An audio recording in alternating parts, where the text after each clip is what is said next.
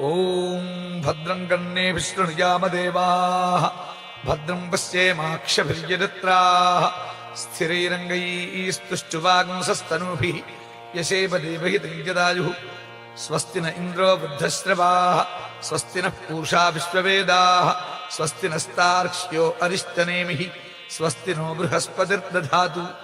ఓం శాంతి శాంతి శాంతి. ఓం లం నమస్తే గణపతయే త్వమేవ ప్రత్యక్షం తత్వమసి త్వమేవ కేవలం కర్తాసి త్వమేవ కేవలం ధర్తాసి త్వమేవ కేవలం హర్తాసి త్వమేవ సర్వం ఖల్విదం బ్రహ్మాసి త్వం సాక్షాదాత్మాసి నిత్యం. అర్థం వచ్మి సత్యం వచ్మి అవత్వం మాం అవవక్తారం అవశ్రోతారం అవదాతారం అవధాతారం అవానూచానమవశిష్యం అవపురస్తాత్తాత్ అవదక్షిణాత్తాత్ అవపశ్చాత్తాత్ అవోత్తరాత్తాత్ అవచోర్ధ్వాత్తాత్ అవాధరాత్తాత్ సర్వతో మాం పాహి పాహి సమంతాత్. త్వం వాంగ్మయస్తం చిన్మయః త్వమానందమయస్తం బ్రహ్మమయః త్వం సచ్చిదానందాద్వితీయోసి త్వం ప్రత్యక్షం బ్రహ్మాసి త్వం జ్ఞానమయో విజ్ఞానమయోసి. సర్వం జగరజం తత్తో జాయతే సర్వం జగరజం తత్తస్థిష్ఠతి సర్వం జగరజం తైలైమేష్యసి సర్వం జగరజం తయి ప్రత్యేతి. త్వం భూమిరాపో నలో నిలో నభః త్వం చత్వారి వాక్ పరిమితాపదాని త్వం గుణత్రయాతీతః త్వం దేహత్రయాతీతః త్వం కాలత్రయాతీతః త్వం మూలాధారే స్థితోసి నిత్యం. త్వం శక్తిత్రయాత్మకః త్వాం యోగినో ధ్యాయంతి నిత్యం. త్వం బ్రహ్మా త్వం విష్ణుస్త్వం రుద్రస్త్వమింద్రస్త్వమగ్నిస్త్వం వాయుస్త్వం సూర్యస్త్వం చంద్రమాస్త్వం బ్రహ్మభూద్భువస్సువరాప. ఓం గణాదీన్ పూర్వముచ్చార్య వర్ణాదీన్ తదనంతరం అనుస్వారః పరతరః అర్ధేందులిసితం తారేణ వృద్ధం ఏతత్తవ మనుస్వరూపం. గకారః పూర్వరూపం అకారో మధ్యమరూపం అనుస్వారశ్చాంచ రూపం బిందురుత్తర రూపం నాదః సంధానం సగోహితా సంధి సైషా గాణేశీ విద్యా గణక ఋషి నృచద్గాయత్రీ ఛందః శ్రీమహాగణపతిర్దేవత. ఓం గం గణపతయే నమః. ఏకదంతాయ విద్మహే వక్రతుండాయ ధీమహి తన్నో దంతిః ప్రచోదయాత్. ఏకదంతం చతుర్హస్తం పాశమంకుశధారిణం రథం చ వరదం హస్తైర్బిభ్రాణం మూషికధ్వజం రక్తం లంబోదరం శూర్పకర్ణకం సురక్తం రక్తవాససం రక్తగంధానులిప్తాంగం రక్తపుష్పైః సుపూజితం భక్తానుకంపినం దేవం జగత్కారణమచ్యుతం. ఆవిర్భూతం చ సృష్ట్యాదౌ ప్రకృతే పురుషాత్ పదం ఏవం ధ్యాయతి యో నిత్యం స యోగి యోగినాం వరః. ఓం నమో వ్రాతపతయే నమో గణపతయే నమః ప్రమథపతయే నమస్తే అస్తు లంబోదరాజైకదంతాయ విఘ్న వినాశినే శివసుతాయ శ్రీవరదమూర్తయే నమో నమః. ఏతరథర్వశిరోజోధీతే సబ్రహ్మ పూజాయ కల్పతే ససర్వతః సుఖమేధతే ససర్వతః సుఖమేధతే ససర్వ విఘ్నైర్న బాధ్యతే సపంచమహాపాతక ఉపపాతకాత్రముచ్యతే. సాయమధీయానో దివసకృతం పాపన్నాశేతి ప్రాతరధీయానో రాత్రికృతం పాపన్నాశేతి. సాయం ప్రాతః ప్రయుంజానో అపాపో భవతి ధర్మార్థకామమోక్షం చ విందతి. ఇదమథర్వశీర్షమశిష్యాయ న ధేయం యో యది మోహాద్దాస్యతి స పాపీయాన్ భవతి. సహస్రావర్తనాద్యం యం కామమధీతే తంతమనేన సాధయేత్. అనేన గణపతిమభిషించతి స వాంగ్మీ భవతి చతుర్థ్యామనస్తం జపతి స విద్యావాన్ భవతి ఇత్యథర్వణ వాక్యం. బ్రహ్మాద్యాచరణం విద్యాత్ న బిభేతి కదాచనేతి. యో దూర్వాంకురైర్జనతి స వైశ్రవణోపమో భవతి. యో లాజీర్జనతి స యశోవాన్ భవతి స మేధావాన్ భవతి. యో మోదక సహస్రేణ యజతి స వాంఛిత ఫలమవాప్నోతి. యస్సాచ్య సమిద్భిర్యరతి స సర్వం లభతే స సర్వం లభతే. అష్టౌ బ్రాహ్మణాన్ సమ్యగ్రాహయిత్వా సూర్యవర్చస్వీ భవతి. సూర్యగ్రహణే మహానద్యాం ప్రతిమాసం నిధౌ వా జప్త్వా ససిద్ధమంత్రో భవతి. మహావిఘ్నాత్ ప్రముచ్యతే మహాదోషాత్ ప్రముచ్యతే महापापात् प्रमुच्यते महाप्रत्यवायात् प्रमुच्यते ससर्पविद्भवति ससर्पविद्भवति य एवं वेद इत्युपनिषदु। भद्रं कर्णेभिः शृणुयामदेवाः भद्रं पश्येमाक्षभिर्यजत्राः स्थिरैरङ्गैस्तुष्टुवागुंसस्तनूभिः व्यशेम देवहितं जदायुः। स्वस्ति न इन्द्रो वृद्धश्रवाः स्वस्ति नः पूषा विश्ववेदाः स्वस्ति नस्तार्क्ष्यो अरिष्टनेमिः स्वस्ति नो बृहस्पतिर्दधातु। ओम शांति शांति शांतिः।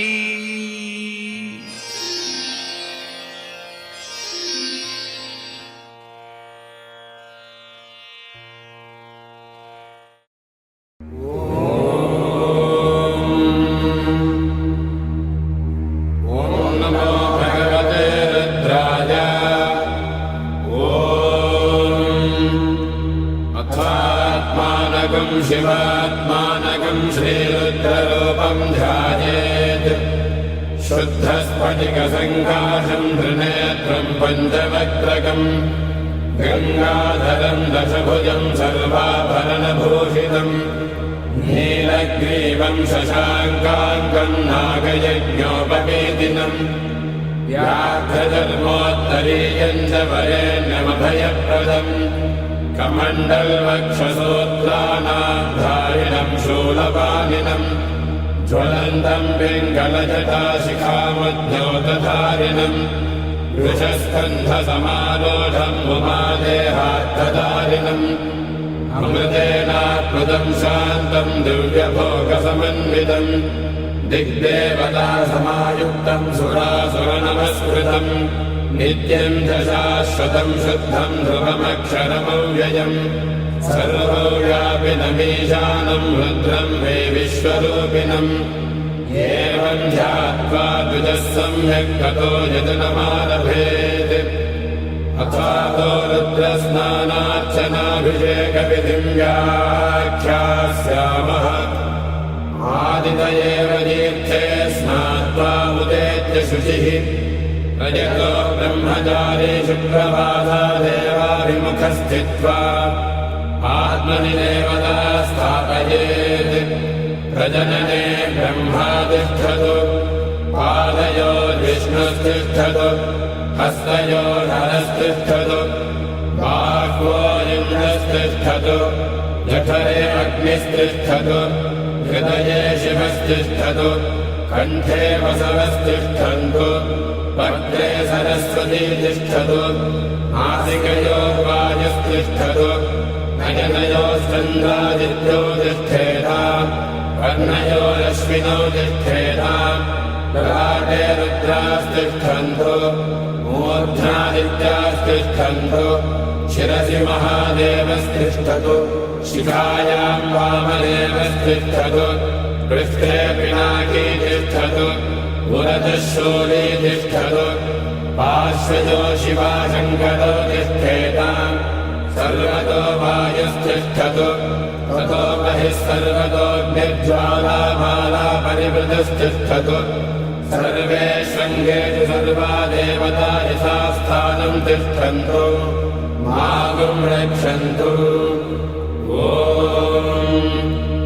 अग्निर्मे वाचिः श्रितः वाहृदये हृदयं मयि अहममृते अमृतं ब्रह्मणि वायुर्मे प्राणे श्रितः प्राणो हृदये हृदयं मयि अहममृते अमृतं ब्रह्मणि सूर्यो मे चक्षुषि श्रितः चक्षुर्हृदये हृदयं मयि अहममृते अमृतं ब्रह्मणि चन्द्रमा मे मनसि श्रितः मनो हृदये हृदयं मयि अहममृते अमृतं ब्रह्मणि दिशो मे श्रोत्रे श्रिताः श्रोत्रगुं हृदये हृदयं मयि अहममृते अमृतं ब्रह्मणि आपो मे रेतसि श्रिताः रेतो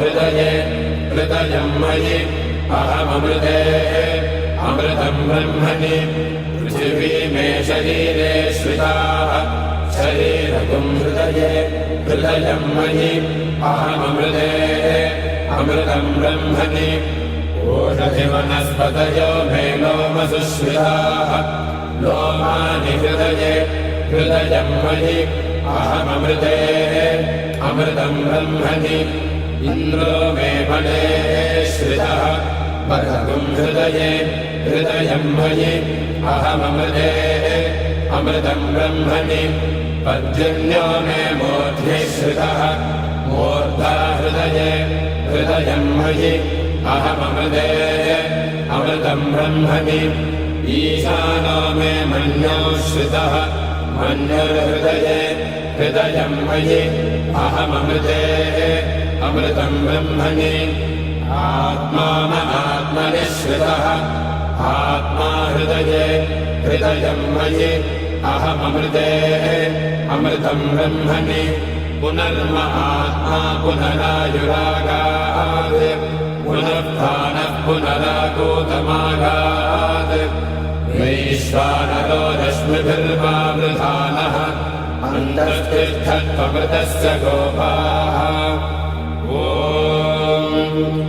अस्य श्रीरुद्राध्याय प्रश्नमहामन्त्रस्य अघोरऋषिः अनुष्टुप्छन्दः सङ्गर्षणमूर्तिस्वरूपो योऽसावादित्यः परमपुरुषस्य एष रुद्रो देवता नमः शिवायेति बीजम् शिवधरायेति शक्तिः महादेवायेति कीलकम् श्रीसाम्ब सदाशिवप्रसादसिद्ध्यर्थे जपे विनियोगः ॐ अग्निहोत्रात्मने अङ्गुष्ठाभ्यां नमः दर्शपूर्णमासात्मने दुर्जनेभ्यां नमः चातुर्मास्यात्मने मध्यमाभ्यां नमः निरोधपशुबन्धात्मने अनामिकाभ्यां नमः ज्योतिष्ठोमात्मने कनिष्ठिकाभ्यां नमः सर्वकृत्वात्मने करतलकरपृष्ठाभ्यां नमः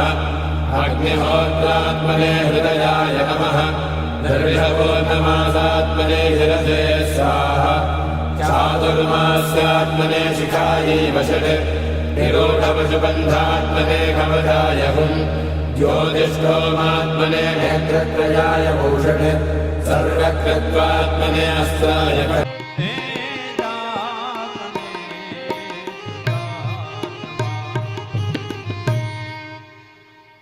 श्री गुरु चरण सरोज हृदय निज मन मुकुर सुधार बरनौ रघुवर विमल जसु जोदायक फल बुद्धिहीन तनु जाके सुमिरो पवन कुमार बल बुद्धि विद्या देहु मोहि हरहु कलेश विकार।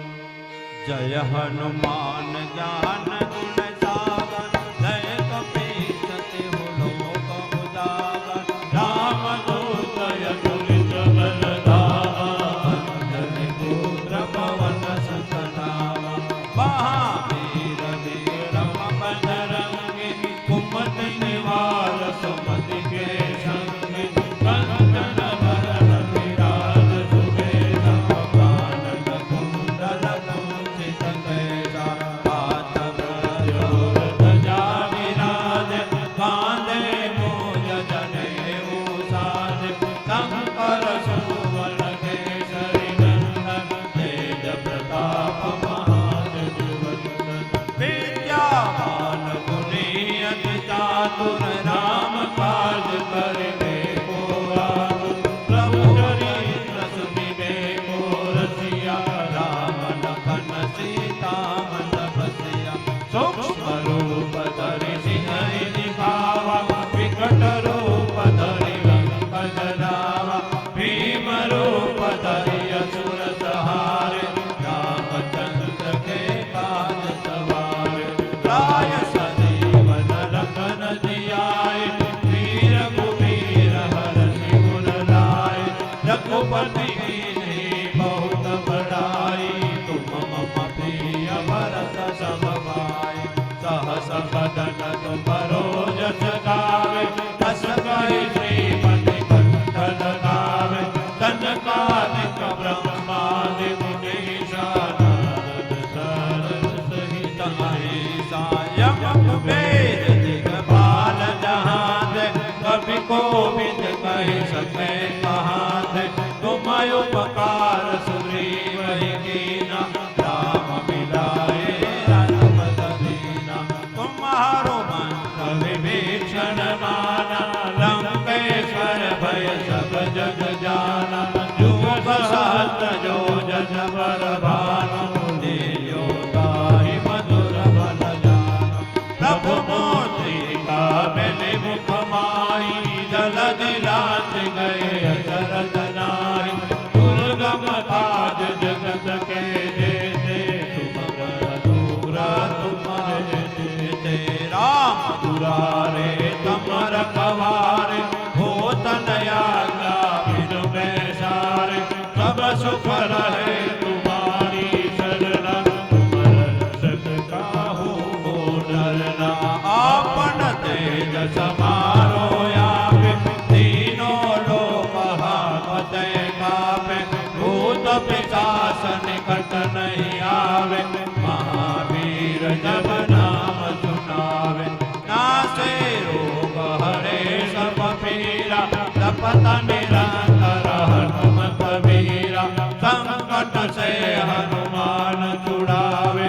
मन क्रम वचन जान जो लावे सब पर राम तपस्वी राजा इनके काज सकल तुम साजा और मनोरथ जो कोई लावे सोई अमित जीवन फल पावे चारों युग परताप तुम्हारा हे प्रसिद्ध जगत उजियारा साधु संत के तुम रखवारे असुर निकंदन राम तुम्हारे अष्ट सिद्धि नवनिध के दाता असवर दीन जानकी माता राम रसायन तुम्हारे पासा सदा रहो रघुपति के दासा तुम्हारो भजन श्री राम को भावे जन्म जन्म के दुख बिसरावे अंत काल रघुबर पुर जाई जहाँ जन्म हरि भक्त कहाई और देवता चिंतन धरिए हनुमत से ही सर्व सुख करिए संकट कटे मिटे सब पीरा तो सुमिरे हनुमत बलवीरा जय जय जय हनुमान गोसाई कृपा करो गुरुदेव की नाई जो सत बार पाठ कर कोई तो दैवति महासुख होई जो या पढ़े हनुमान चालीसा होय सिद्धि साखी गौरीसा तुलसीदास सदा हरि तेरा कीनाथ हृदय मांडेरा कीजे नाथ हृदय मांडेरा कीजे नाथ हृदय मांडेरा पवन तनय संकट मंगल मूर्ति राम लखन सीता सहित हृदय बसहु सुरभो सियावर रामचंद्र की जय रघुवीर रामचंद्र की जय उमापति महादेव की जय पवन सुत हनुमान की जय बोलो भाई सब संतन की जय बोलिए हनुमान जी महाराज ने भागवत भगवान की गंगा मैया की जय।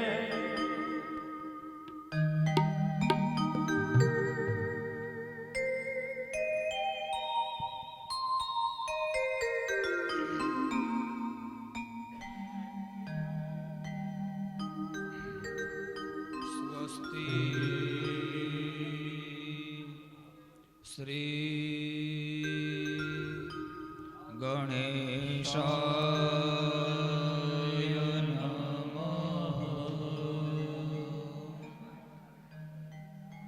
વંશે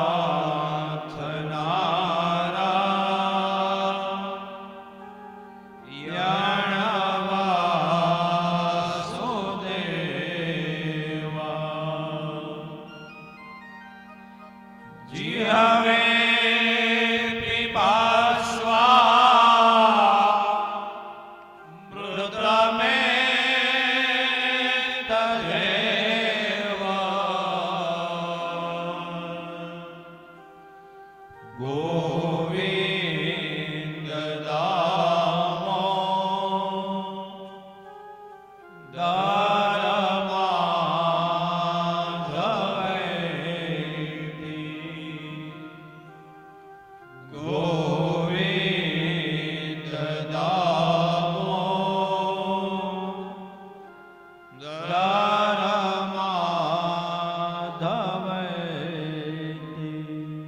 શ્રી બાલકૃષ્ણ કૃષ્ણલાલ કી જય શ્રી ભાગવત ભગવાન કી જય ગંગા મૈયા કી જય સદગુરુ દેવ કી જય अपने अपने માત પિતાની જય सत्य सनातन ધર્મની જય सब સંતન કી જય कुलदेवी માત કી જય सुरापुरा દાદાની જય पितरो દેવની જય ઓમ નમઃ પાર્વતી પતયે હર હર મહાદેવ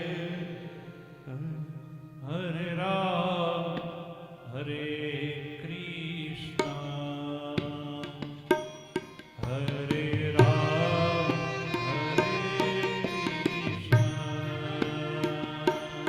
હરે રામ હરે કૃષ્ણ હરે રામ હરે કૃષ્ણ હરે રામ હરે કૃષ્ણ હરે રામ હરે કૃષ્ણ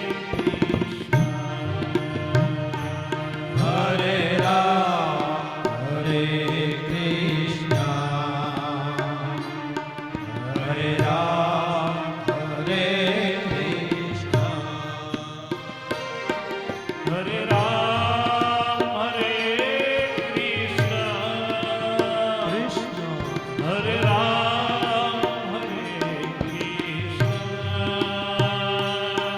હરે રામ હરે કૃષ્ણ હરે રામ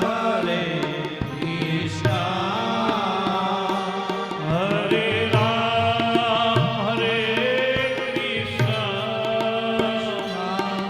હરે રામ હરે કૃષ્ણ હરે રામ હરે કૃષ્ણ હરે રામ હરે કૃષ્ણ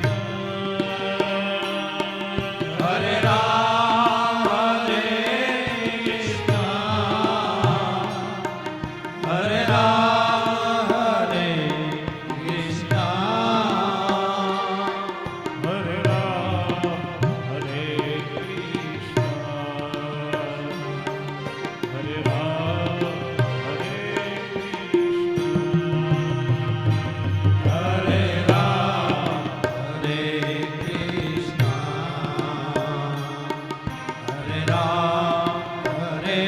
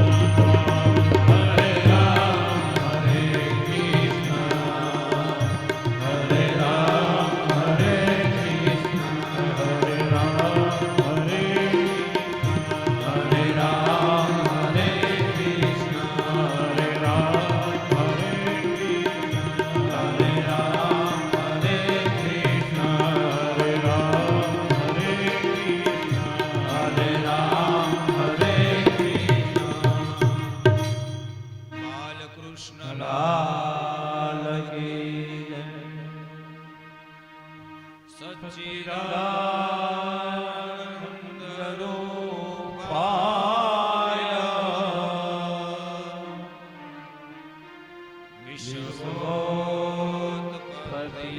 વિશ્વોત્પત્યાદિ હેતવે તાપત્રય વિનાશાય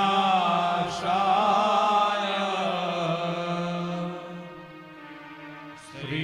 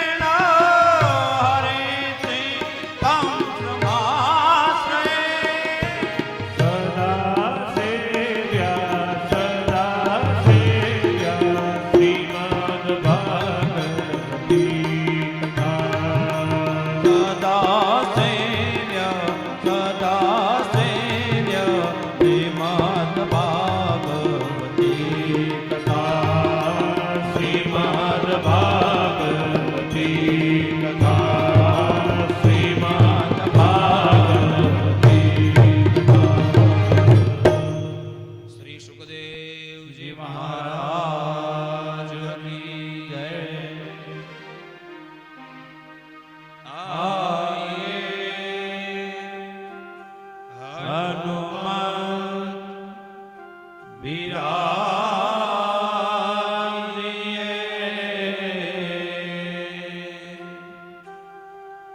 કથા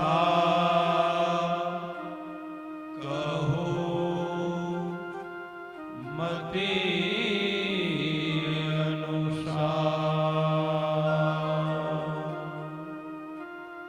પ્રેમ સહિત ગાદી ધરો પધારીએ પવન કુમાર પધારીએ પવન કુમાર શ્રી હનુમાનજી જી મહારાજ કી જય.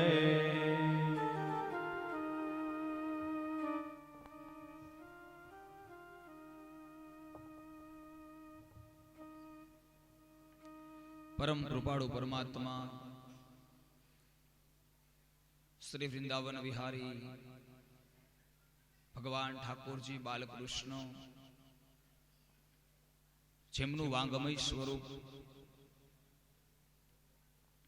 ભાગવતજીની અંદર બિરાજમાન છે, એ ભાગવતજીના ચરણોમાં કોટી કોટી વંદન.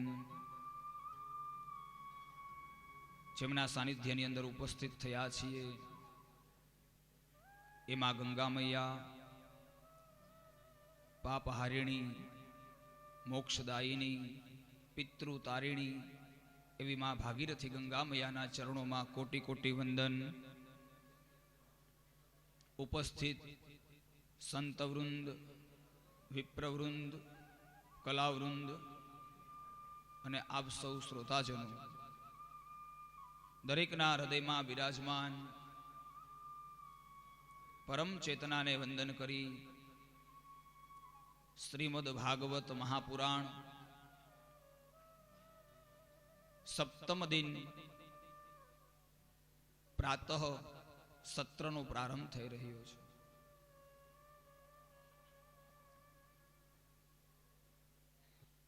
સુખદેવજી મહારાજ ગંગાજીના પવિત્ર કિનારા ઉપર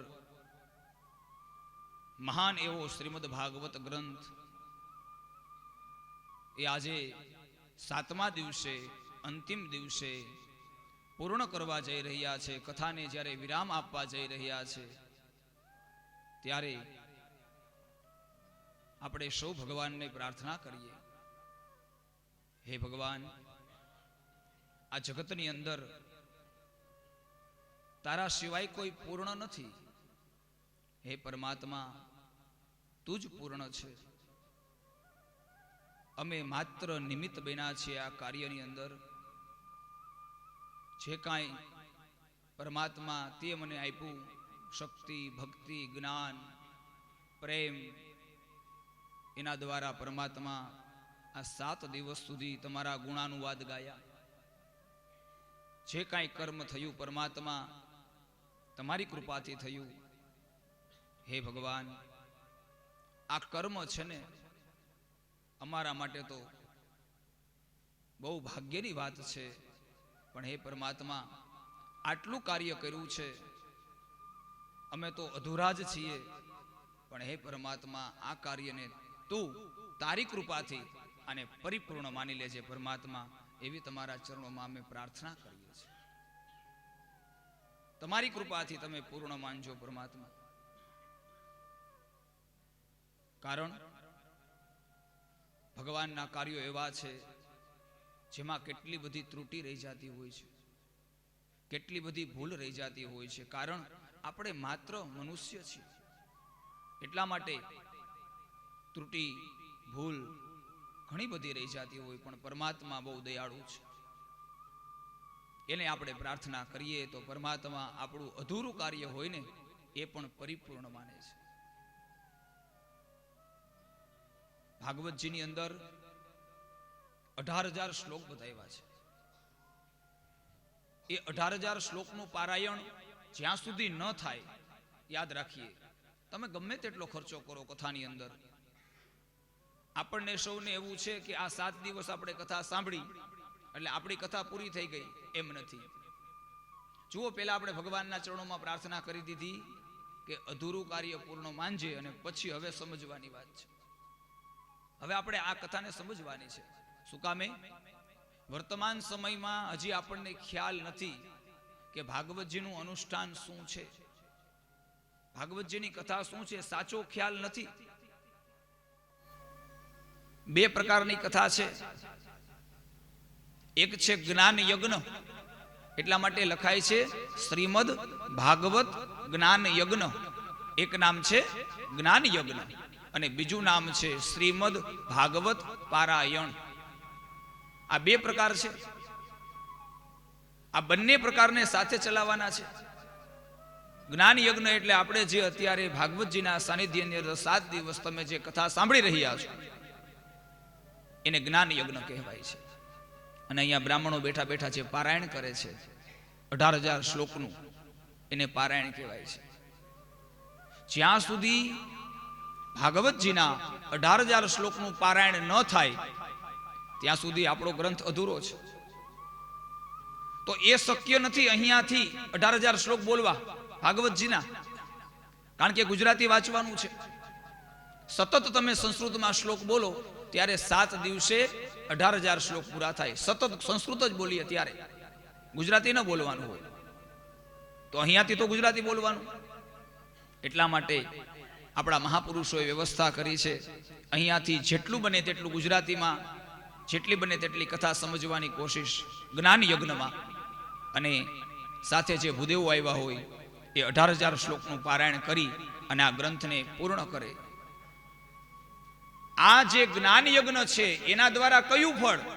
તો કે હું અને તમે, આપણે સૌ પરમાત્માને પ્રાપ્ત કરી શકીએ એવું બળ આપણને આ જ્ઞાન યજ્ઞ આપે છે. આપણને સૌને જ્ઞાન યજ્ઞ દ્વારા પરમાત્માની પ્રાપ્તિ થાય એવી શક્તિ ભગવાન આપે, એવું બળ આપે, એવું જ્ઞાન આપે. એટલા માટે આ જ્ઞાન યજ્ઞ અને આપણા પિતૃઓને મોક્ષ આપે એ પારાયણ છે. 18,000 શ્લોક પૂરા થાય એટલે આપણા પિતૃઓને સદગતિની પ્રાપ્તિ થાય. ઠાકોરજીની કૃપાથી અમારી એવી મહેનત હોય છે, ભગવાનની કૃપાથી સાહેબ, કે કદાચ અહીંયા 18,000 શ્લોક પૂરા ન થાય, કારણ કે ઘણા બધા પ્રસંગો, સમય ટૂંકો હોય, તો બ્રાહ્મણો દ્વારા પણ એવું બને કે 18,000 શ્લોક પૂરા ન થાય.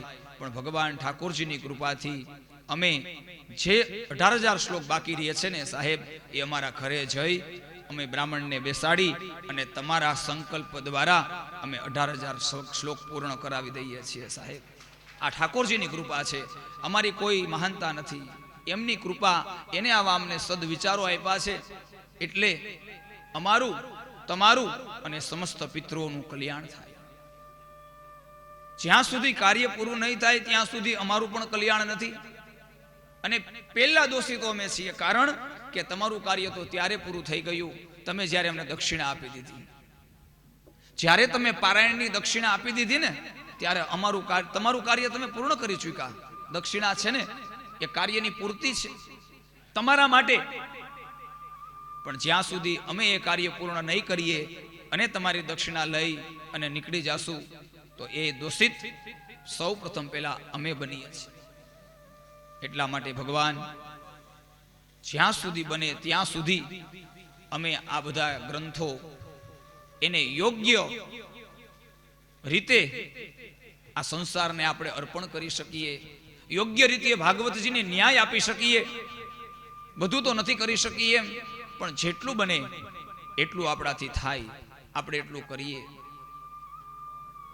એટલા માટે 18,000 શ્લોકનું બહુ મહત્વ છે અને એ પૂર્ણ થવા જ જોઈએ.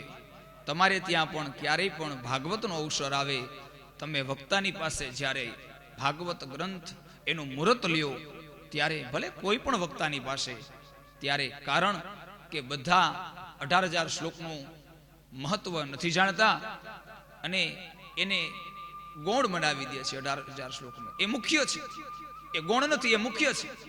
એના વગર તો નકામું છે બધું. એ પારાયણ પૂર્ણ થાય છે ત્યારે આપણા પિતૃઓ રાજી થાય છે.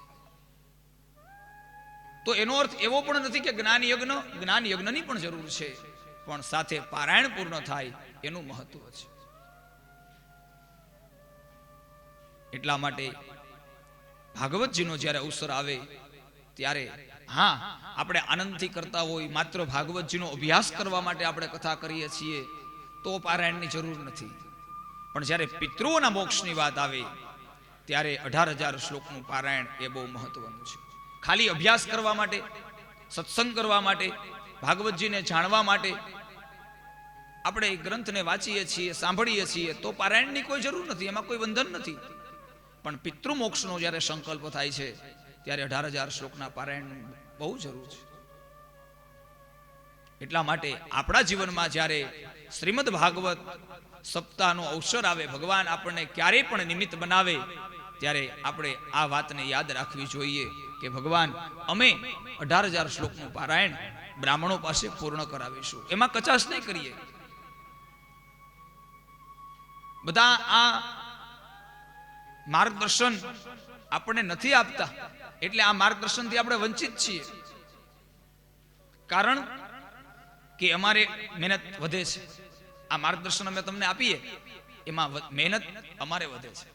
18,000 શ્લોકને પૂર્ણ કરવામાં આપણે અહીંયા ન થાય તો ઘરે જઈને પણ એ પૂર્ણ કરવા પડે છે. એટલા માટે અમે પણ ઠાકોરજીને પ્રાર્થના કરીએ કે ભગવાન, આવા જ્યારે શુભ કાર્યમાં તો અમને નિમિત્ત બનાવને, ત્યારે પરમાત્મા જે વિધાન, જે શાસ્ત્રમાં જેટલું જ્ઞાન અમને પ્રાપ્ત થયું છે એ પ્રમાણે અમે કાર્ય કરીએ, એ કાર્યને પૂર્ણ કરવાનો પ્રયત્ન કરીએ, જેનાથી અમારું, તમારું, પિતૃઓનું, સમસ્ત જીવોનું અને આ જગતનું કલ્યાણ થાય. આવી ભાવના સાથે આપણે આ શ્રીમદ ભાગવત જ્ઞાન યજ્ઞ અને પારાયણ એ કરી રહ્યા છીએ. બધાનું કલ્યાણ, જીવ માત્રનું કલ્યાણ થાય, આપણા પિતૃઓનો ઉદ્ધાર થાય અને આ ગ્રંથો દ્વારા આપણી સંસ્કૃતિ ટકી રહે. આ ગ્રંથો દ્વારા આપણું જીવન દિવ્ય છે જ, હજી પણ દિવ્ય બને, ભવ્ય છે જ, હજી પણ ભવ્ય બને.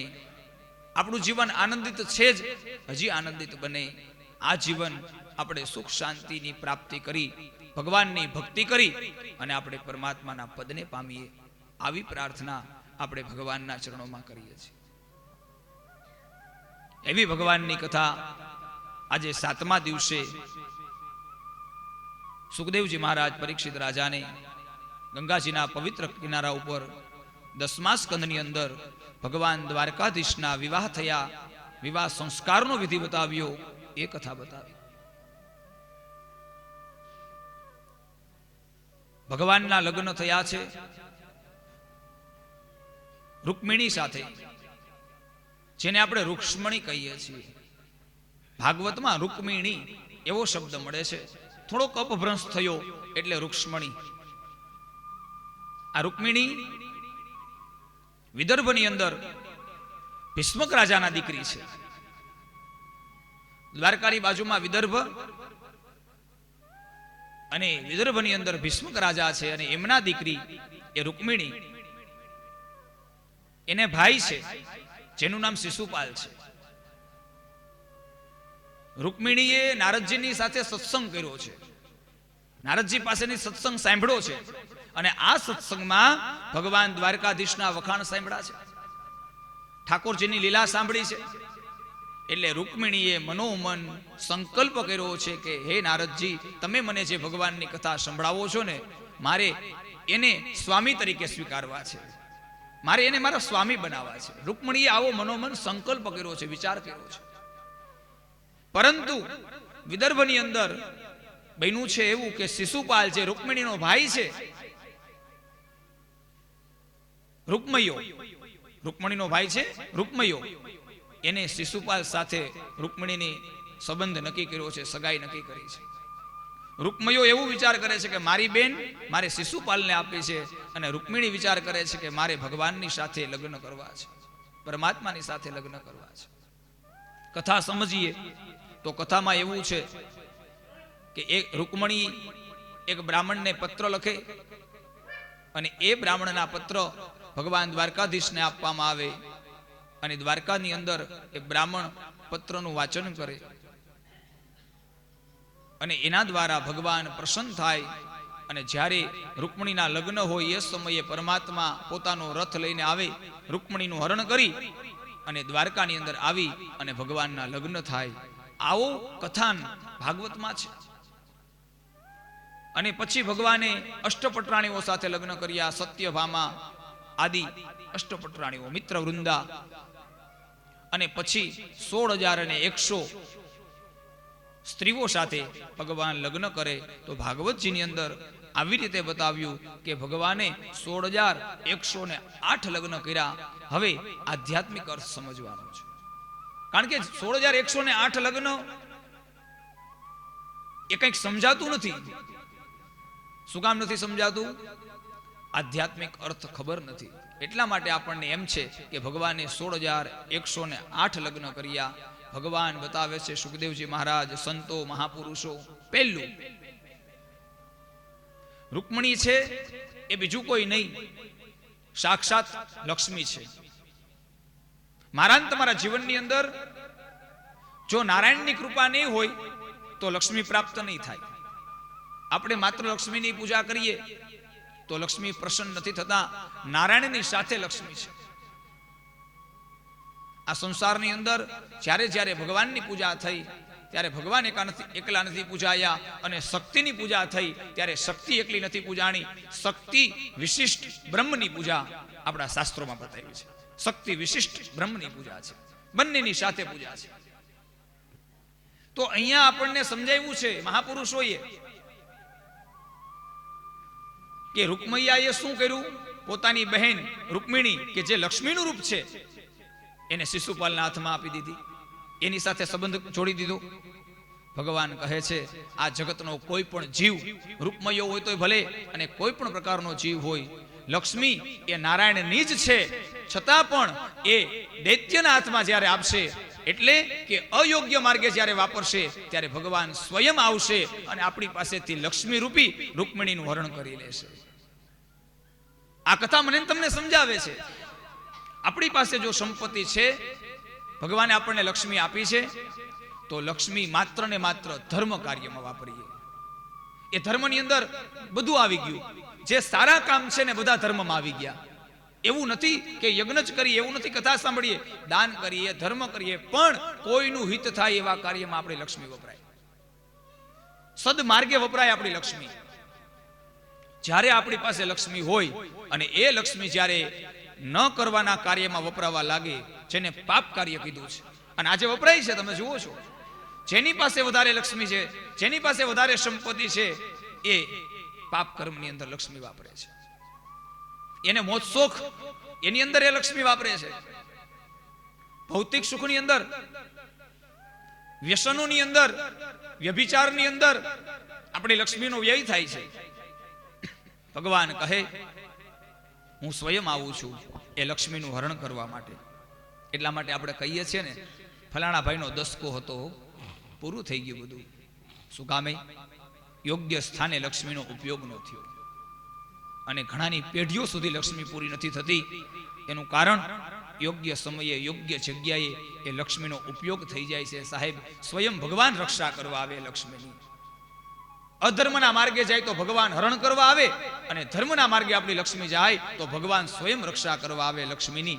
એ રૂકમિણીની કથા બતાવે છે. माया है दो प्रकार की, खरी नित्य जैसे खाय, एक मिलावे मारा राम थी, बीज नरके लई जाय. एक मिलावे मारा राम थी, बीज नरके लई जाय. તો અહીંયા પહેલો અર્થ ભગવાને કર્યો. જુઓ, લગ્નના અર્થો કરતા આવીએ આપણે. ભગવાન મહાપુરુષો ભગવાનના લગ્નના કેટલા અર્થો કરી દીધા. લગ્નની કથા એક જ, ભાવ કેટલા પ્રગટ કર્યા મહાપુરુષોએ. પહેલો અર્થ, રૂકમિણીનું હરણ ભગવાને એટલા માટે કર્યું, નહીતર હરણ કરવું એ પાપ છે. કોઈ સ્ત્રીનું હરણ કોઈ નથી કરી શકતા. એ પાપ છે, એ દોષ છે. પણ ભગવાન અહીંયા મને તમને સમજાવવા માંગે છે કે રૂકમણીનું હરણ નથી, કોઈ સ્ત્રીનું હરણ નથી. ભગવાને અધર્મનો નાશ કરી અને ધર્મની સ્થાપના કરવા માટે પરમાત્માએ આ પગલું ભર્યું છે. અને મને તમને સંકેત આપ્યો કે હે જીવ, તું પણ જો અધર્મના માર્ગે લક્ષ્મીનો ઉપયોગ કરીશ ને તો તારી પણ આ સ્થિતિ થશે જે રૂકમૈયાની થઈ, જે શિશુપાલની થઈ. આ જ સ્થિતિ આપણી થશે. આ સમજાવવા માટે ભગવાને આ પ્રથમ લગ્ન રૂકમણીની સાથે કર્યું. લક્ષ્મી ને નારાયણ, કૃષ્ણ અને રૂક્ષ્મણી આ એક જ છે. ભગવાન નારાયણનું રૂપ છે દ્વારકાધીશ અને લક્ષ્મીનું રૂપ છે રૂકમણી. પહેલો અર્થ એ બતાવ્યો. બીજો અર્થ બતાવ્યો કે પરમાત્મા કોઈ, આપણે પહેલા પણ સાંભળી ગયા કથાની અંદર કે ભાગવતમાં કોઈ સ્ત્રી પુરુષની વાત છે નહીં. તો ભગવાન એમ કહે કે આ તો સામાન્ય લગ્નની વાત છે. આપણે સૌ જે જાણીએ છીએ, જોઈએ છીએ, એ તો આપણા લગ્ન છે, સામાજિક લગ્ન. પણ પરમાત્માની સાથે લગ્ન કરવાની વાત આવે ત્યારે આત્મા એ પરમાત્મામાં જ્યારે ભળે એનું નામ છે લગ્ન, એનું નામ છે સંબંધ. એક ભક્ત ભગવાનની સાથે લગ્ન કરે છે.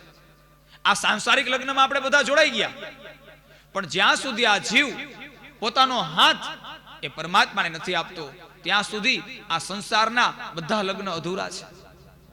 માત્ર આપણે વ્યવહારિક રીતે લગ્ન કરી લઈએ, પત્ની પતિને હાથ સોંપી દઈએ, ગ્રહસ્થાશ્રમમાં જાય, કોઈ ચિંતા નહીં, એ કરવાનું જ છે. આખો ગ્રહસ્થા ધર્મ બતાવ્યો શાસ્ત્રની અંદર અને ધન્યતા બતાવી. ધન્યતા ગ્રહસ્થાશ્રમો, 4 આશ્રમની અંદર ધન્ય છે ગ્રહસ્થાશ્રમ, કારણ કે ત્યાં ભગવાન પ્રગટ થયા છે. ગ્રહસ્થોની ઘરે સારું દાંપત્ય જીવન.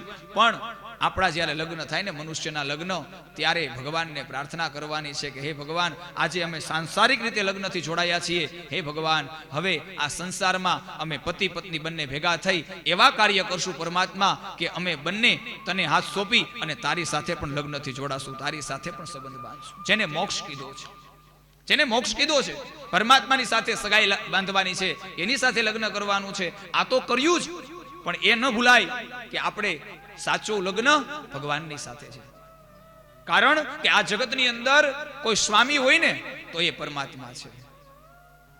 પરમાત્મા સિવાય કોઈ સ્વામી નથી. જેટલા જીવો છે ને એના સ્વામી પરમાત્મા છે. જે જીવે પોતાનો હાથ ભગવાનને સોંપી દીધો, પરમાત્માને પાણી ગ્રહણ કરાવી દીધું, એ ભગવાને હાથ સ્વીકારી અને એને મુક્તિની પ્રાપ્તિ કરાવી દીધી. જેને ભક્તો કીધા, જેને મહાપુરુષો કીધા, જેને યોગીઓ કીધા, આત્માથી પરમાત્માની સાથે જોડાણ કરી અને પરમાત્માના પદની પ્રાપ્તિ કરી લીધી. આ લગ્ન છે, આ આધ્યાત્મિક અર્થો છે. તો અહીંયા તો 16,108 લગ્ન છે. એ તો સંખ્યા આપણને સમજવા માટે, દ્રષ્ટાંત માટે બતાવી. પણ જો આધ્યાત્મિક અર્થની વાત કરીએ ને તો જેટલા જીવો તમે જોવો છો ને એટલા લગ્ન ભગવાને કર્યા છે. જેટલા જીવો જોવો છો એટલા, કારણ કે બધાના સ્વામી ભગવાન છે. પરંતુ 16,108 રાણી છે એ પરમાત્માને ઓળખી અને સર્વસ્વ ભગવાનને સોંપી દીધું. એટલે એની કથા ભાગવતમાં ગવાય છે. જ્યારે હું અને તમે પામર જીવ ભગવાનને સમજી નથી શકતા અને ભગવાનને આપણે આપણો હાથ આપી નથી શકતા, આપણે ભગવાન સાથે લગ્ન નથી કરતા, એટલા માટે ઇતિહાસમાં આપણા લગ્નની ક્યાંય કથા ગવાતી નથી. કથા એની ગવાણી છે જેને પરમાત્માને સાથે લગ્ન કર્યા, એ લગ્નની કથા. આપણા લગ્ન તો કેવા છે, તમે કરોડો રૂપિયાનો અત્યારે તો ખર્ચો થઈ રહ્યો છે, આપણે જોઈએ છીએ કરોડો રૂપિયાનો ખર્ચો લગ્નમાં થાય છે. તમે કદાચ ગમે એટલા કરોડનો ખર્ચો કરો લગ્નમાં, તમારા દીકરા દીકરીના લગ્નમાં બીજે દિવસે સવારે લગ્ન ભૂલાઈ જાય છે સાહેબ, ભૂલાઈ જાય છે. કારણ કે ભૌતિક લગ્ન છે, એનો કોઈ અર્થ નથી. ભગવાને આપ્યું હોય તો વાપરીએ, એમાં કોઈ ચિંતા નથી. લગ્નની અંદર વાપરો, પણ એક ટકોર છે ભાગવત સાંભળ્યા પછી, દીકરા દીકરીના લગ્ન કરો ને કરોડો રૂપિયા વાપરો, એમાં કોઈ ના નથી. ભગવાને તમને આપ્યું છે, તમારી મહેનત છે, તમારા ભાગ્યનું છે, તમારે જ વાપરવાનું. પણ ટકોર એટલી છે કે યોગ્ય માર્ગે વાપરો. જે નિષ્ફળ જાય આપણી સંપત્તિ, જે સંપત્તિનું કોઈ મૂલ્ય ન કરે, એવી જગ્યાએ તમે સંપત્તિને ન વાપરો. આપણે જોઈએ છીએ અત્યારે સાહેબ, આપણા દીકરા દીકરાના લગ્નની અંદર એવી સંપત્તિઓ છે વેડફાઈ જાય છે, એનું કોઈ મૂલ્ય નથી. કેટલી કેટલી બધી વેડફી નાખી છે સંપત્તિ ભૌતિકતામાં. ખાલી 2 કલાકના લગ્ન માટે કરોડો રૂપિયાનો ખર્ચો. એના કરતા સાહેબ એવી જગ્યાએ સંપત્તિ વાપરો કે એ ઉગે. મારું અને તમારું, આપણા આવનારા પુત્રોનું, આપણા આવનારા વંશનું, જે દીકરીને તમે કન્યાદાન કરો છો એ દીકરીને ત્યાં જ્યારે દીકરો થાય એનું કલ્યાણ, એના વંશની વૃદ્ધિ જુઓ. કન્યાદાનનો મુખ્ય સંકલ્પ જે છે એક પિતા જ્યારે દીકરીનું કન્યાદાન કરવા માટે બેસે ને ત્યારે બ્રાહ્મણ સંકલ્પ કરાવે છે કે હે યજમાન, આજે તમે તમારી દીકરીનું કન્યાદાન કરો છો ને, તો એના બદલામાં તમારી ઉપર પિતૃઓની કૃપા રહેશે, અને આ પિતૃઓની કૃપા દ્વારા તમારી દીકરી જ્યાં સાસરે જાય ને ત્યાં તેને સુખ મળશે, શાંતિ મળશે, અને તમારા દીકરી છે ને એના વંશની વૃદ્ધિ થશે, તમારી દીકરીમાં કોઈ નિર્વંશ નહીં થાય. આવા આશીર્વાદ મંડપની નીચે કન્યાદાન વખતે, હજી તો લગ્ન નથી થયા, ત્યાં વંશ વૃદ્ધિની માગણી ભગવાનની પાસે એક બ્રાહ્મણનો દીકરો યજમાન પાસે કરાવી દે છે. જુઓ તો ખરા આપણી સંસ્કૃતિ. જ્યાં સંપત્તિ વાપરવાની છે ત્યાં પાછો પગ ન કરવો જોઈએ, અને જ્યાં નથી વાપરવાની ત્યાં નથી વાપરવાની, જેનો કોઈ મૂલ નથી. આપણે કઈ ચોખવટ કરવાની જરૂર નથી. તમે બધા લગ્ન માણો જ છો. તમારા અંતરાત્માને પૂછો, તમારા મનને પૂછો કે આપણે જ્યાં સંપત્તિ અમુક જગ્યાએ જ્યાં લગ્નમાં ખોટા ખર્ચા કરીએ છીએ એનું પરિણામ શું આવે છે, એનું ફળ શું છે? માત્ર 1-2 કલાકનું સુખ, એના માટે આપણે આખી જિંદગીની કમાયેલી સંપત્તિ ખર્ચી નાખીએ છીએ. સાહેબ, સંપત્તિ એવી જગ્યાએ વાપરો, 2 કલાકનું સુખ નહીં, આવનારી પેઢીઓ સુધી એ સુખ પૂરું ન થાય. ભગવાનના આશીર્વાદ સદા માટે આપણા જીવનમાં રહે, આપણા વંશની ઉપર રહે, એવી જગ્યાએ સંપત્તિ વાપરો. કારણ કે છે વ્યવસ્થા એવી જગ્યાએ સંપત્તિ વાપરવાની, અને છતાં પણ આપણે દુરુપયોગ કરીએ છીએ. ભગવાન એમ કહે, ધર્મને આગળ રાખી અને અધર્મ કરશો તો પરમાત્મા મને તમને દંડ આપવા આવશે. વિવાહ સંસ્કાર છે ને એ ધાર્મિક વિધિ છે. એ ધાર્મિક વિધિની આપણે આગળ કરીએ છીએ, કહીએ છીએ વિવાહ સંસ્કાર, કહીએ છીએ લગ્નની વિધિ, અને કરીએ છીએ અધર્મ. જેટલો બને એટલો અધર્મ, વધારે અધર્મ થતો હોય ને સાહેબ આપણી સંસ્કૃતિમાં, તો એ આપણી ઘરે જ્યારે લગ્નનો પ્રસંગ હોય ને ત્યારે અધર્મ થાય છે. બહુ વધારે દોષ કોઈ લાગતો હોય ને આપણને આપણા જીવનમાં, પૂજાની અંદર બહુ ભૂલ રહી જતી હોય ને પૂજાની અંદર, તો આપણા ઘરે જ્યારે વિવાહ સંસ્કાર હોય, આપણે જ્યારે લગ્નની સમય હોય ને ત્યારે મોટામાં મોટી ભૂલો થાય છે આપણાથી. શું કામે? સમાજને રાજી રાખવામાં, સંસારને રાજી રાખવામાં, સમાજને દેખાડવામાં કે ભાઈ અમારે આ કરવું છે, અમે અમારી દીકરીને આવા ધામે ધૂમેથી લગ્ન કર્યા, અમે અમારા દીકરાના આવા ધામે ધૂમેથી લગ્ન કરવા, આ હરીફાઈ, આ દેખાડો, એની અંદર હું અને તમે ધર્મને ભૂલી જાય છે સાહેબ. ધર્મને ભૂલી જાય છીએ આપણે, અને અધર્મને આપણે સ્વીકારી લઈએ છીએ. જુઓ તમે, આ જગતની અંદર ભગવાને મને તમને સંતાનો આપ્યા છે, સંપત્તિ આપી છે, એવો ઉપયોગ કરો. માગવાની ના નથી હો.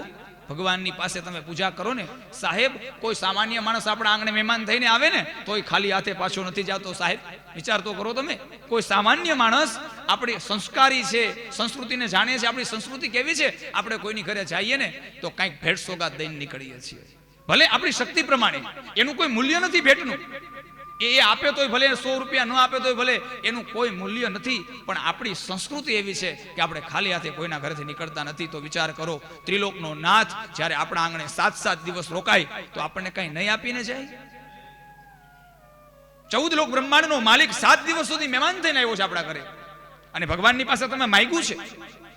વિદ્યા માગી, બુદ્ધિ માગી. દરરોજ તમે પૂજા કરો ને ત્યારે બ્રાહ્મણો બોલાવે, વિદ્યા, બુદ્ધિ, ધન, ઐશ્વર્ય, પુત્ર પૌત્રાદિ સંપદ પુષ્પાંજલિ પ્રદાનેન દેહિ મે વાંછિતમ ફલમ. હે ભગવાન, સુખ સંપત્તિ, શાંતિ, સમૃદ્ધિ બધું પ્રદાન કરો, અમારી દરેક મનોકામના પૂર્ણ કરો. આવું ભગવાનની પાસે માગ્યું. માગવામાં કોઈ વાંધો નથી, પણ તકલીફ ક્યાં છે કે ભગવાન જે આપે છે ને એનો દુરુપયોગ થાય ને ત્યારે કષ્ટ પડે છે.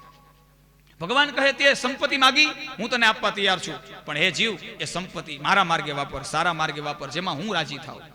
તને સંતતિ એટલે કે સંતાનો આપ્યા તને, હવે એ સંતાનો એવું એને સંસ્કાર આપો કે આપણી તો સેવા કરે, આપણા પરિવારની તો, પણ આ સમાજને કંઈક સારા કામ માટે વાળે.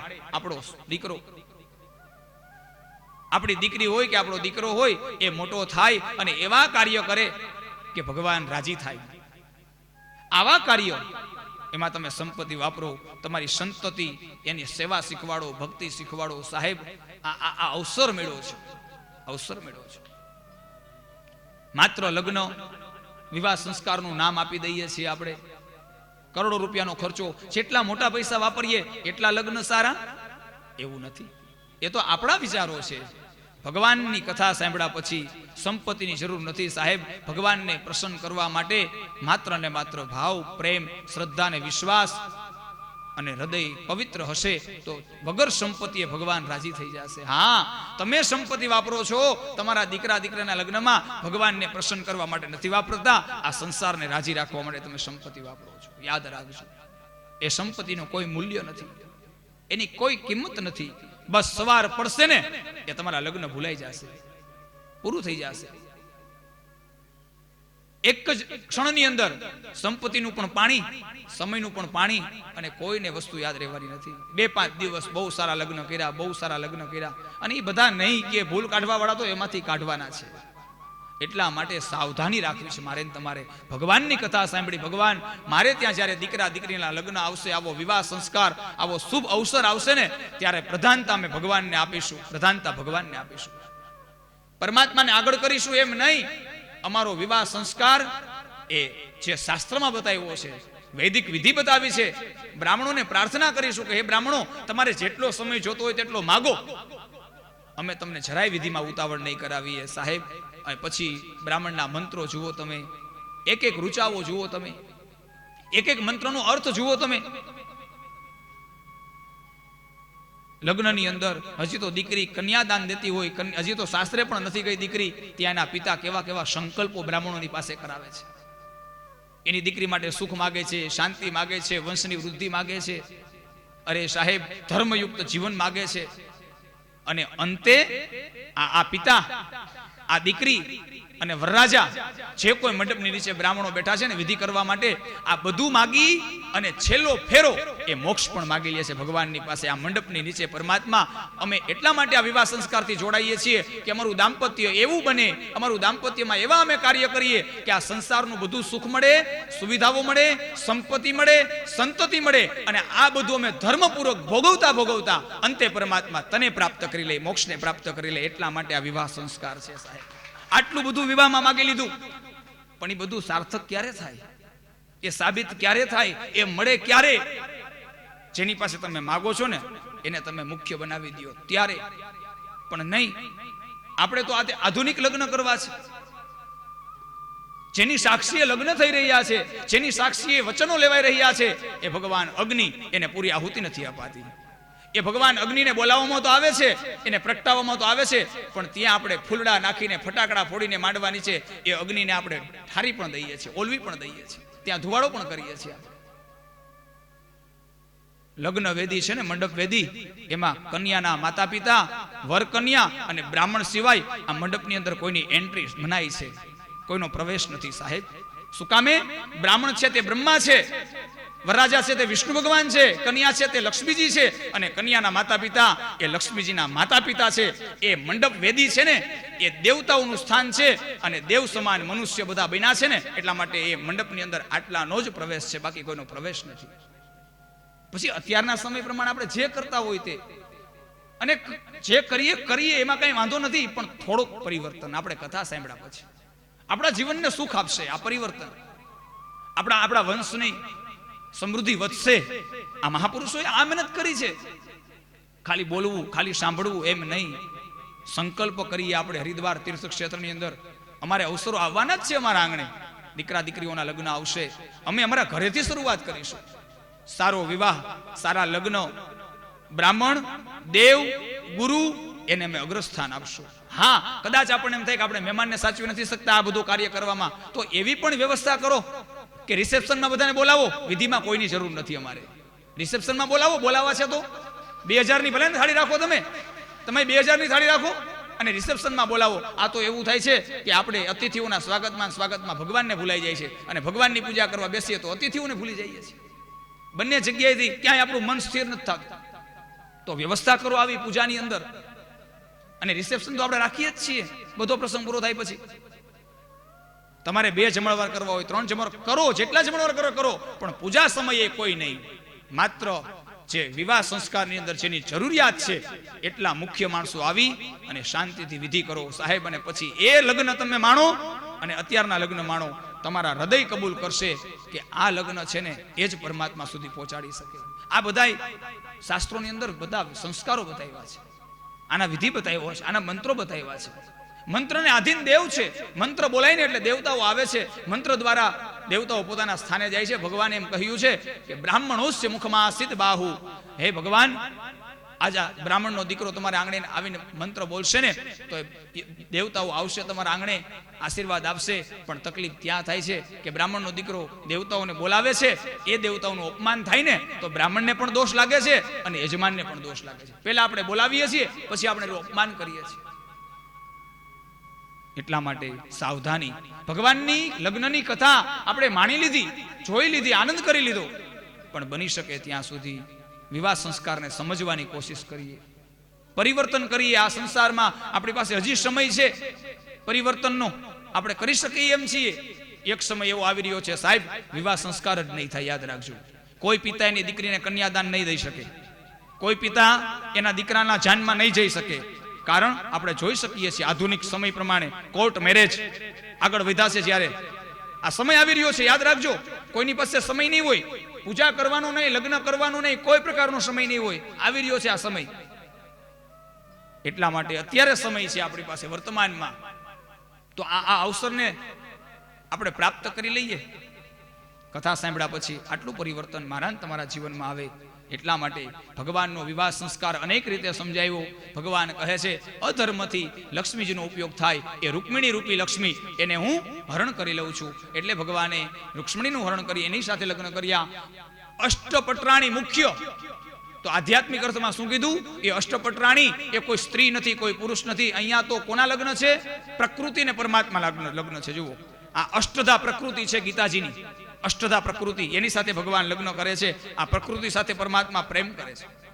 પૃથ્વી, જલ, તેજ, વાયુ અને આકાશ, આ પંચ તત્વ, અને મન, બુદ્ધિ અને અહંકાર, આ 3, 5 અને 3, 8 અષ્ટ પ્રકૃતિ, એની સાથે ભગવાન લગ્નથી જોડાય. આ પ્રકૃતિને પરમાત્મા પ્રેમ કરે. આ પ્રકૃતિ પરમાત્માની જ છે. એટલા માટે ભગવાનના મુખ્ય લગ્ન છે અષ્ટપટરાણી સાથે. અને પછી આવે 16,100. એમાં એવી કથા છે કે ભૌમાસુર નામનો દૈત્ય 16,100 કન્યાને કેદ કરી હતી. ભગવાને એની પાસેથી છોડાવી, અને એ 16,100 કન્યા કહે કે હે ભગવાન, તમે આ દૈત્યના કેદમાંથી તો અમને છોડાવી દીધી, પણ હવે સંસાર અમારો સ્વીકાર કરશે નહીં, કારણ અમે દૈત્યોની કેદમાં રહેલી છે. હવે અમારી પર કોઈ વિશ્વાસ નહીં કરે, અમારું કોઈ નથી. ભગવાન કહે છે એનું કોઈ નથી, એના પરમાત્મા છે. ભગવાન કહે હે સ્ત્રીઓ, તમે ચિંતા ન કરો, જે સંસાર તમને જો માન નહીં આપે, સન્માન નહીં આપે ને, તો હું તમને માન અને સન્માન સાથે મારી સાથે રાખીશ. એટલે ભગવાને સ્ત્રી એનું અપમાન ન થાય એટલા માટે સ્ત્રીની રક્ષા કરવા માટે 16,100 દીકરીઓને પોતાના ધર્મપત્ની તરીકે સ્વીકારી અને એનું સન્માન વધાર્યું છે. એટલા માટે ભગવાને 16,108 લગ્ન કર્યા છે.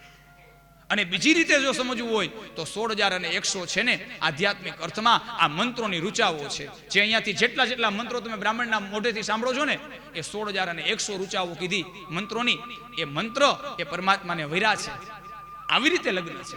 આધ્યાત્મિક અર્થમાં, ભૌતિક અર્થમાં, સાંસારિક અર્થમાં અનેક રીતે મને તમને આ લગ્ન સમજાય એવી ભગવાનની લગ્નની કથા બતાવી. 16,108 લગ્ન થયા એવી પરમાત્માની કથા બતાવી. એક અધ્યાયની અંદર સુદામા ચરિત્રની કથા બતાવી, ઓખા હરણની કથા બતાવી. સુદામા ચરિત્રને આપણે સૌ જાણીએ છીએ. ભગવાનના પરમ મિત્ર એવા સુદામા પોરબંદરની અંદર નિવાસ કરે. ઉજ્જૈન નગરી, ક્ષિપ્રા નદીનો કિનારો, સાંદીપની ઋષિના આશ્રમની અંદર વિદ્યા અભ્યાસ કરે. અને એ વિદ્યા અભ્યાસમાં ભગવાન બાલકૃષ્ણ ઠાકોરજી અને બલરામજી પણ વિદ્યા અભ્યાસ કરવા માટે આવે. સુદામા ચરિત્રની કથામાં બતાવ્યું, સુખદેવજી મહારાજ પરીક્ષિતને કહે કે હે રાજા, આ ત્રણેય મિત્રો બન્યા સાથે વિદ્યા અભ્યાસ કરતા કરતા, ભગવાન, ઠાકોરજી, બલરામજી અને સુદામા. એક વખત ગુરુ માતાએ સમિધ લેવા માટે, યજ્ઞ માટે મોકલા. સમિધ લેવા માટે સાથે દાળિયા આપ્યા 3 મુઠ્ઠી, અને આ 3 મુઠ્ઠી દાળિયા સુદામાની પાસે હતા. પણ જ્યારે એ કાષ્ટ કપાઈ ગયા, સમિધ તૈયાર થઈ ગયા, ત્યારે વરસાદ વરસ્યો છે જંગલની અંદર. એ વરસાદમાં 3 મિત્રો જુદા પડી ગયા. સુદામાને ભૂખ લાગી. એ 3 મુઠ્ઠી જે કૃષ્ણ અને બલરામના ભાગ્યના જે દાળિયા હતા એ પણ સુદામા ખાઈ ગયા. અને વરસાદ રહી ગયો ત્યારે કૃષ્ણ અને બલરામે એ દાળિયાની માગણી કરી. ત્યારે કહ્યું સુદામાએ કે હે કૃષ્ણ, બલરામ, મને બહુ ભૂખ લાગી હતી, વરસાદ વરસતો હતો, એટલે તમારા ભાગના દાળિયા હતા ને એ પણ હું ખાઈ ગયો છું.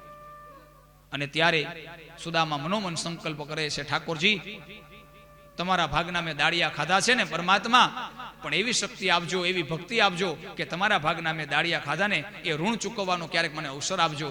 ભગવાનની પ્રાર્થના કરી અને પરમાત્માએ કૃપા કરી 3 મુઠ્ઠી દાળિયાનું ઋણ સુદામાએ 3 મુઠ્ઠી તાંદુલમાં દ્વારકા જઈને ચૂકવી દીધું. સાહેબ 3 મુઠ્ઠી તાંદુલ ભગવાનને ખવડાવી દીધા. આપણે સૌ જાણીએ છીએ દ્વારકાની અંદર પરમાત્માને મળવા માટે સુદામા આવે છે. બહુ સ્વાગત થાય છે. એટલું બધું સ્વાગત થયું છે સુદામાનું. એ બ્રાહ્મણ શું છે, બ્રાહ્મણની તાકાત શું છે, એ દ્વારકાધીશે સાબિત કરી દીધું. દ્વારકાની અંદર એ બ્રાહ્મણનું સ્વાગત થયું, સન્માન થયું. ખૂબ સાચવા છે, સુદામાની સેવા કરી છે. અને સુદામાએ ન માંગ્યું ભગવાનની પાસે કાંઈ, છતાં ભગવાનના નામનું સ્મરણ કર્યું. છતાં પણ ભગવાને દ્વારકા જેવી નગરી એ પોરબંદરની અંદર સુદામાને સુખ આપ્યું, સંપત્તિ આપી.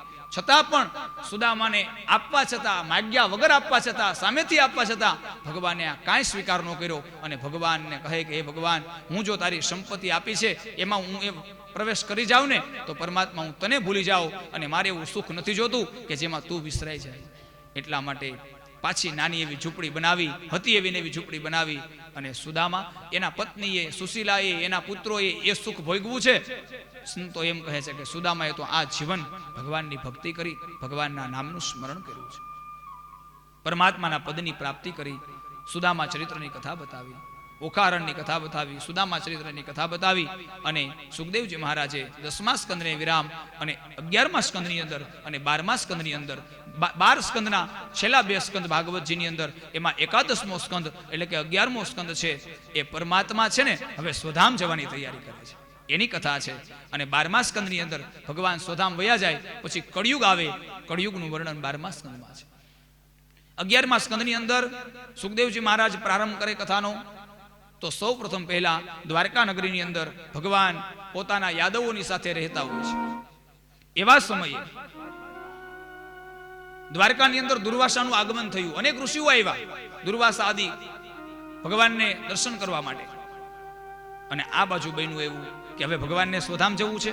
ભગવાન જન્મ લે ને ત્યારે કોઈને નિમિત્ત બનાવે, અને ભગવાન સ્વધામ જાય ત્યારે પણ કોઈને નિમિત્ત બનાવે છે. દુર્વાસાને નિમિત્ત બનાવ્યા છે ભગવાને. અને શું થયું તો કે પરમાત્માએ એવી લીલા કરી કે પોતાના જ દીકરાને કુબુદ્ધિ આપી દીધી. કોને? તો કે શાંબને. જાંબુવતીનો દીકરો છે જેનું નામ સાંબ છે, એની બુદ્ધિ બગડી ગઈ.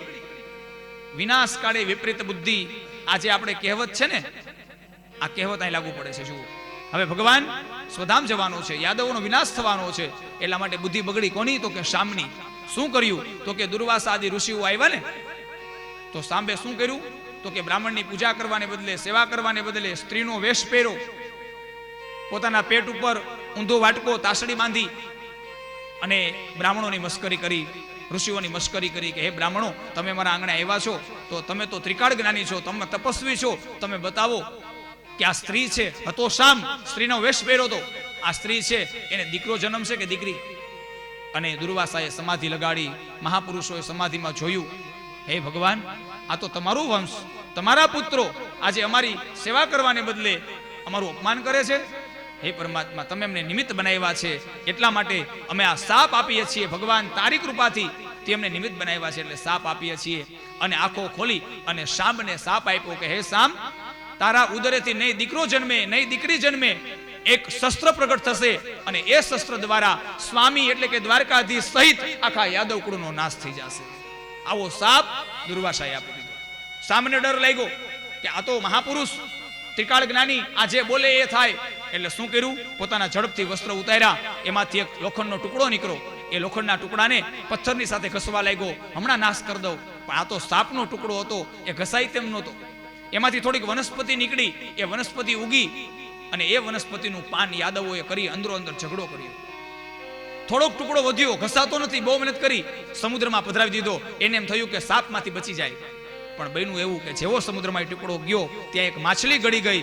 પારાધીએ શિકાર કર્યો માછલીનો, માછલીને ચીરવામાં આવી, એમાંથી આ લોખંડનો ટુકડો આ શસ્ત્રએ બહાર કાઢી અને શસ્ત્ર બનાવ્યું. અને રાહ જોવે છે, હું જ્યારે શિકાર કરવા જઈશ ને ત્યારે આ શસ્ત્ર સાથે લઈને જઈશ. અહીંયા આ બનાવ બન્યો છે. અને દ્વારકાની અંદર ઉત્પાત થવા લાગ્યો છે, કારણ કે જે વનસ્પતિ હતી ને, જે ટુકડો શસ્ત્રનો ઘસવામાં આવ્યો હતો ને, એનું પાન કર્યું, અંદો અંદર ઝઘડવા લાગ્યા. ભગવાનને ખબર પડી કે હવે સ્વધામ જવાનો સમય નજીક આવ્યો, એટલે ભગવાને દ્વારકા છોડી અને સોમનાથ જે તીર્થ છે, ભાલકા તીર્થ, ત્યાં પરમાત્મા આવે છે. ત્રિવેણીના સંગમની અંદર પરમાત્મા આવે છે. પરમાત્મા એવા છે. હવે ભગવાનનો સ્વધામ જવાનો સમય નજીક આવ્યો છે. ઉદ્ધવજી આવે છે ભગવાનની પાસે, હે પરમાત્મા, તમે તમારી લીલા પૂર્ણ કરો છો, પણ મને તમે સાથે લઈ જાઓ. ભગવાન કહે છે કે નહીં ઉદ્ધવ, તારે પૃથ્વી ઉપર રહેવાનું છે, કારણ ભગવત ધર્મ, ભગવાનની કથાઓ, ભગવાનની લીલાઓ, હે ઉદ્ધવ, એનું તારે જ્ઞાન દેવાનું છે આ સંસારને. અહીંયા સાહેબ રામ ભગવાન હનુમાનજીને સાથે નથી લઈ ગયા, અને ભગવાન કૃષ્ણ એ ઉદ્ધવજીને સાથે નથી લઈ ગયા. આ સંસારના કલ્યાણ માટે, આ સમાજના કલ્યાણ માટે, આ વિશ્વના કલ્યાણ માટે ભગવાન ઠાકોરજી ઉદ્ધવજીને પૃથ્વી ઉપર છોડી દીધા કે તમે રહ્યો અને બધાને ઘરે ઘરે જઈ અને ભગવત ધર્મ સમજાવો, ભગવાનની લીલાઓનું ગાન કરો. ઉદ્ધવજીએ ઉદ્ધવ ગીતા કીધી છે ભાગવતજીની અંદર. ઉદ્ધવજીની અંદર જેટલા જેટલા પ્રશ્નો હતા એ બધાના જવાબ ભગવાને આપ્યા.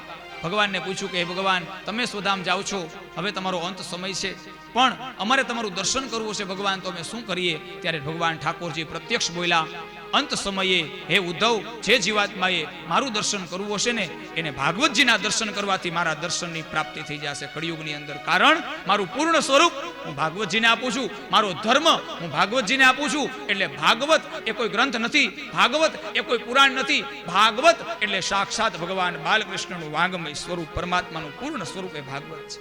આના દર્શન માત્રથી કૃષ્ણ દર્શનની પ્રાપ્તિ થઈ જાય છે.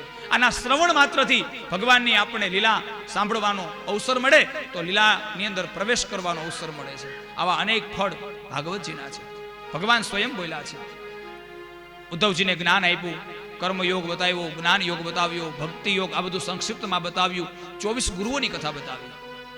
દત્તાત્રેય મહારાજે 24 ગુરુ બનાવ્યા. ગુરુ દત્તાત્રેય ગિરનારની અંદર જુનાગઢમાં જઈએ, 10,000 પગથિયા ઉપર ભગવાન દત્તાત્રેયનું મંદિર, એને 24 ગુરુ બનાવ્યા. પંચ તત્વને ગુરુ બનાવ્યા, પક્ષીઓને, પ્રાણીઓને, સ્ત્રીઓને, બાળકને 24 ગુરુ બનાવ્યા. જેની પાસેથી કંઈક શીખવા મળ્યું એ ગુરુ બનાવ્યા. અને 25મો ગુરુ પોતાના શરીરને બનાવ્યું. કારણ કે આ શરીર છે એ કાંઈ કામમાં નથી આવતું, પણ જો આ શરીરનો સદુપયોગ થાય ને તો પરમાત્માની પ્રાપ્તિ કરાવી દે એવું આ શરીર છે. એટલે 25મા ગુરુ પોતાના દેહને બનાવ્યું, શરીરને બનાવ્યું. આવા 25 ગુરુની કથા ભાગવતના 11મા સ્કંદમાં પ્રાપ્ત થઈ. અને ઉદ્ધવ ભગવાનને દંડવત નમસ્કાર કરે, દેવતાઓ સ્તુતિ કરે, પ્રાર્થના કરે, દુંદુભીનો નાદ થયો. અને એવા સમયે જે પારાધીએ શસ્ત્ર બનાવ્યું હતું એ શસ્ત્ર લઈ અને શિકાર કરવા માટે નીકળો. પરમાત્મા પ્રભાસ ક્ષેત્રની અંદર પીપળો અને પીપળાના વૃક્ષ નીચે શયન કરે છે, વિશ્રામ કરે છે. એક પગ ઉપર બીજો પગ ચડાવી અને પરમાત્મા સમાધિસ્થ થઈ યોગ માયાની અંદર જઈ અને પરમાત્મા હવે તૈયારી કરે છે પોતાના ધામમાં જવાની. એવા સમયે પારાધીને એમ થયું કે કોઈ પ્રાણી છે એવો એનો ભાસ થયો, અને શસ્ત્ર છોડ્યું તો કોઈ પ્રાણી નહીં, સ્વયં ભગવાન દ્વારકાધીશ પોતાના અંગની અંદર એ શસ્ત્ર લાગ્યું. પારાધીને પસ્તાવો થયો, મોટી ભૂલ કરી નાખી, મેં ભગવાનને શસ્ત્ર મારી દીધું. પારાધી ભગવાનની પાસે આવે, માફી માગે. ભગવાન કહે, હે પારાધી, તારો કોઈ દોષ નથી, મેં જ તને નિમિત્ત બનાવ્યો હતો. કારણ કે રામા અવતારમાં તું વાલી હતો, મેં તને માર્યો હતો. કૃષ્ણ અવતારમાં તું પારાધી બન્યો, તે મને માર્યો. બધા ઋણમાંથી હું મુક્ત થાવ અને હવે હું સ્વધામ જાઉં છું. પરમાત્માએ બધાના ઋણમાંથી મુક્ત થયા. જન્મથી લઈ અને અંત સમય સુધી ભગવાને કોઈનું ઋણ ન રાખ્યું. મને તમને સમજાવ્યું, ભગવાને મનુષ્ય અવતાર આપ્યો છે ને સાહેબ, બની શકે તો ઋણ કોઈનું ન લેતા, કોઈનું ઋણ માથે નહીં. અને ઋણ કોઈનું હોય ને તો ચૂકવી અને આ મનુષ્ય અવતારને સાર્થક કરજો. કારણ કે આ એક જ અવસર એવો છે, મનુષ્ય શરીર જ એવું છે કે ઋણ ચૂકવવા માટે મળ્યું છે. બાકી બીજી યોનિઓ છે ને એને ઋણ ભેગું કરવું પડે છે. આપણે ઋણને ચૂકવી શકીએ તેમ છે. ભગવાને અવતાર લીધો, બધા ઋણમાંથી ભગવાને બધાને મુક્ત કર્યા. અને હવે પરમાત્મા સ્વધામ જાય છે. બોલીએ દ્વારિકાધીશ. ભગવાન સ્વધામ ગયા, કળિયુગનો પ્રવેશ થયો. 12મા સ્કંદની અંદર એમ કહેવાય છે કે ભગવાન જ્યારે સ્વધામ જાય ત્યારે દ્વાપર યુગ પૂર્ણ થયો અને કળિયુગનો પ્રવેશ થયો. આપણે સાંભળી ગયા કથા, પરીક્ષિત રાજા છે ને એને પણ કળિયુગનો સંગ થયો છે. અને એના કારણે પરીક્ષિતને જો સાપ મળ્યો હોય ગંગાજીના કિનારે 7 દિવસમાં મૃત્યુ થાય, એનું કારણ કળિયુગ. કળિયુગનો સ્પર્શ થયો, કુબુદ્ધિ સૂજી અને પરીક્ષિતે ઋષિને ગળાની અંદર સર્પ નાખી દીધો અને એના દ્વારા એને આ સાપ મળ્યો છે. કહેવાનો અર્થ એ છે કે કળિયુગ એની અંદર જો આપણે સાવધાની નહીં રાખીએ ને તો કળિયુગ આપણામાં પ્રવેશ કરતા વાર લાગશે નહીં. સંતો મહાપુરુષો સમજાવે છે, ચિંતા નથી ક્યાં સુધી, જ્યાં સુધી આપણે કળિયુગમાં રહીએ છીએ ત્યાં સુધી ચિંતા નથી. ચિંતા ત્યારે છે જ્યારે આપણી અંદર કળિયુગ આવશે, ત્યારે ચિંતા છે. આપણે કળિયુગમાં છીએ ત્યાં સુધી ચિંતા નથી. કઈ રીતે સમજાય? તો કે આપણે નદી પાર કરતા હોય, નાવમાં બેઠા હોય, આપણે નાવમાં બેઠા છીએ, પાણીમાં નાવ ચાલી જાય છે, કોઈ ચિંતા નથી. ચિંતા ત્યારે થાય એનું એ પાણી જ્યારે નાવમાં આવે ને નાવને ડૂબાડવા લાગે ને ત્યારે ચિંતાનો વિષય છે. એમાં કળિયુગ, આ સંસાર એ નદી છે અને ભક્તિ એ નાવ છે. જ્યાં સુધી ભક્તિની નાવમાં જીવ છે ને ત્યાં સુધી કળિયુગ એને ડૂબાડી શકશે નહીં, એને દુઃખ નહીં આપી શકે. એટલા માટે ભક્તિની નાવ એની અંદર કોઈ દિવસ કળિયુગનો પ્રવેશ ન થાય એનું આપણે ખાસ ધ્યાન રાખવાનું છે. એટલી સાવધાની રાખવાની છે. ભગવાનના નામનો આધાર, ભગવાનના કીર્તનનો આધાર, ભગવાનના દર્શનનો આધાર, કોઈ સંતોની સેવાનો આધાર, અનેક માર્ગો છે કે જે માર્ગેથી આપણને પરમાત્મા પ્રાપ્ત થઈ શકે અને આ ભવસાગર રૂપી સમુદ્ર એમાંથી આપણે તરી શકીએ. નકર ડૂબવાનું તો નિશ્ચિત છે સાહેબ. આ અંતિમ જ્ઞાન ભાગવતજીનું છે. એટલા માટે બની શકે એટલા સદકર્મ કરી, ધર્મ કાર્ય કરી પરમાત્માને પ્રિય બનવાનું છે. કળિયુગનું વર્ણન બતાવ્યું. પાપ વધશે, પુણ્ય ઘટશે. જે પરમાત્માને ભજશે એનું જ કલ્યાણ થશે, એનો જ ઉદ્ધાર થશે. બાકી બધાનો વિનાશ થવાનો છે. 4,32,000 વર્ષ કળિયુગની ઉંમર છે. કળિયુગ હજી બાળક છે, ગોઠણિયા પર ચાલે છે, ત્યાં સુધી સારું છે. કળિયુગ યુવાન થશે ત્યારે આના કરતા પણ ભયંકર પરિસ્થિતિ આવશે. ન જોવાના દ્રશ્યો જોવાવા લાગશે, ન જોવાનો સમય જોવાવા લાગશે. એટલું બધું પાપ થશે કે પાપનું વર્ણન નહીં કરી શકાય. એટલું પાપ કળિયુગની અંદર થશે અને અંતે મનુષ્યની આયુષ્ય માત્ર 20 વર્ષની થઈ જશે અને 20 વર્ષે આ મનુષ્યનું મૃત્યુ થઈ જશે. 20 વર્ષ સુધી મનુષ્ય જીવી શકશે. આ કળિયુગનો અંતિમ સત્ય છે. ભાગવતની અંદર બતાવ્યું છે. આવી પરિસ્થિતિ કળિયુગની છે. પણ હે ભગવાન, તારું સ્મરણ, તારી ભક્તિ અને તારો આધાર હોય તો કોઈ પણ સમય હોય પરમાત્મા, અમને કોઈનો ડર નથી, અમને કોઈનો ભય નથી. ભગવાનની કથા, ભગવાનનો સત્સંગ, ભગવાનનું કીર્તન, નામ જપ આ જીવને અભય બનાવે છે અને કળિયુગ જેવા કળિયુગને પણ પરાસ્ત કરી અને પરમાત્માના પદની પ્રાપ્તિ કરાવવાની તાકાત ભગવાનની ભક્તિમાં રહેલી છે. એટલા માટે ભગવાનની ભક્તિ ક્યારે છોડવી ન જોઈએ. આપણે જીવનમાં ગમે ત્યારે અવસર મળે ત્યારે ભગવાનની ભક્તિ કરી લેવી જોઈએ. 12મા સ્કંધની અંદર કળિયુગનું વર્ણન બતાવી સુખદેવજી મહારાજ પરીક્ષિતને કહે કે હે રાજા, આ 12 સ્કંદ પૂર્ણ, ભાગવતજીને વિરામ આપું છું, તારે કોઈ પ્રશ્ન હોય તો કે. ત્યારે પરીક્ષિત કહે છે કે હે બાપજી, તમે 7 દિવસમાં એવી કથા સંભળાવી કે મારા દરેક સંશયો એમાંથી મને મુક્તિ મળી ગઈ, બધા પ્રશ્નો મને જવાબ મળી ગયો. બસ હવે તો માત્ર ને માત્ર હું પરમાત્માને જ ઓળખું છું, આ સંસારમાં કોઈને ઓળખતો નથી. હવે તો કદાચ તક્ષક આવે, મને દંશ મારે તો એ મારા શરીરને મારે છે, મારા આત્માને મારી શકે એમ નથી. મને કોઈ ભય નથી તક્ષકનો.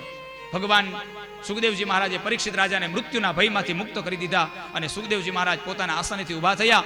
પરીક્ષિત મહારાજે દંડવત નમસ્કાર કર્યા, પરિક્રમા કરી અને સુખદેવજી મહારાજ છે ને એ ભાગવતના મંત્રો શ્લોક ગાતા ગાતા એ યાત્રા કરવા માટે નીકળ્યા. અને આ બાજુ પરીક્ષિત સુખદેવજી મહારાજને નમસ્કાર કરી વિદાય આપી અને ગંગાજીના કિનારા ઉપર સમાધિસ્થ સ્થિતિની અંદર બેઠા અને પરમાત્માને પોતાનો આત્મા એ અર્પિત કરી દીધો. હવે તો ખાલી ખોડિયું છે, શરીરમાં પ્રાણ નથી. જીવતે જીવતા મોક્ષ, જીવતે જીવતા આ શરીરને ભગવાનને આપી દીધું. માત્ર ખોડિયું, માત્ર ખોખું આ શરીર ઉપર છે. તક્ષક આવે છે, એ ખોખાને દંશ મારે, એ બળીને ભસ્મ થાય અને શરીર એ ગંગાજીના કિનારે હતું ને એટલે બધી ભસ્મ એ ગંગાજીમાં પ્રવાહિત થઈ ગઈ. એટલે પરીક્ષિતનું શરીર એ પણ ગંગાજીમાં પ્રવાહિત થયું અને આત્મા એ પરમાત્માને મળી ગયો. આમ કરી અને સુખદેવજી મહારાજે પરીક્ષિત રાજાને દિવ્ય ધામની પ્રાપ્તિ કરાવી. બોલીએ સુખદેવજી મહારાજ.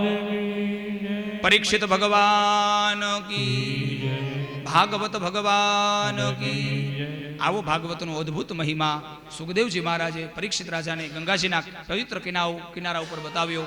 આપણે પણ આપણી શક્તિ પ્રમાણે, ભક્તિ પ્રમાણે, જ્ઞાન પ્રમાણે, પ્રેમ પ્રમાણે જે કાંઈ પરમાત્માએ વાણી આપી, બળ આપ્યું એ પ્રમાણે આપણે ગુણગાન ગાયા ભાગવતજીના. પરમાત્માના ચરણોમાં પ્રાર્થના કરીએ કે હે ભગવાન, આ મહાન ગ્રંથ અમે તમારા ચરણોમાં અર્પણ કરીએ, એનો તમે સ્વીકાર કરો અને આ અનુષ્ઠાનની અંદર કોઈ અમારી ક્ષતિ રહી ગઈ હોય, ભૂલ રહી ગઈ હોય તો તમારા બાળક જાણી અમને માફ કરો, ક્ષમા કરો.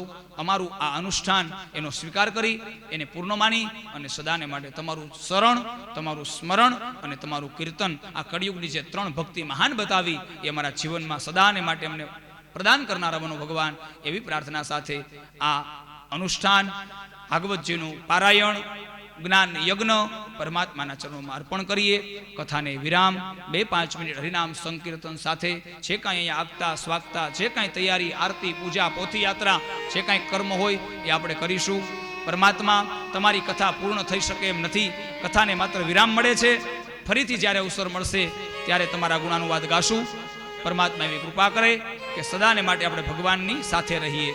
આવી રીતે પરમાત્માના નામના સ્મરણ સાથે 2 શ્લોક બોલી અને સર્વસ્વ કર્મ ભગવાનના ચરણોમાં અર્પણ કરીએ. ત્વમેવ માતા ચ પિતા ત્વમેવ ત્વમેવ બંધો સખા ત્વમેવ ત્વમેવ વિદ્યા દ્રવિણા ત્વમેવ ત્વમેવ સર્વ મમ દેવ દેવ કાયેન વાચા મનસેન્દ્રિયૈર્વા બુદ્ધ્યાત્મના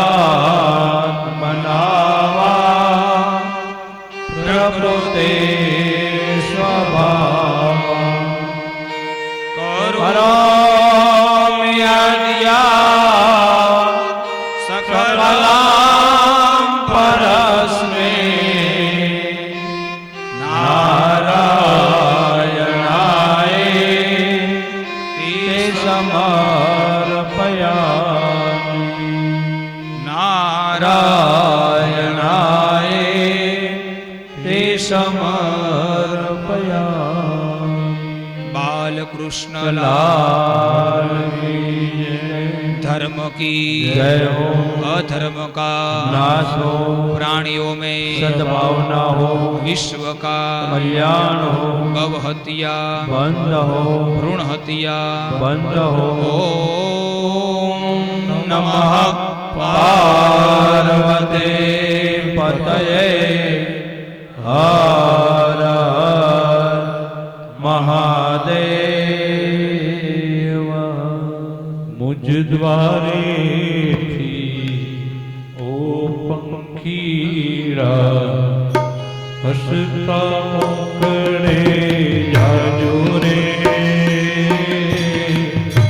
हसता मुखड़े जाजो रे मुझ द्वारे ओ पंखीड़ा हसता मुखड़े जाजो रे हसता मुखड़े जाजो रे विदाय ओ पक्षीरा गीत मधुरा गाजो रे गीत मधुरा गाजो रे विदाई ताने ओ पंखीड़ा गीत मधुरा गाजो रे गीत मधुरा गाजो रे मुझ द्वारे ओ पंखीड़ा हसता मुखड़े जाजो रे हसता मुखड़े जाजो रे मुझ द्वारे ओ पंखीड़ा गीत मधुरा गाजो रे गीत मधुरा गाजो रे हे पंखी मेरा आशीर्वाद આજે થરવાની વેળાએ આજે થરવાની વેળાએ ઓ પંખી મેળાની વાતે વાતો આજ વિખર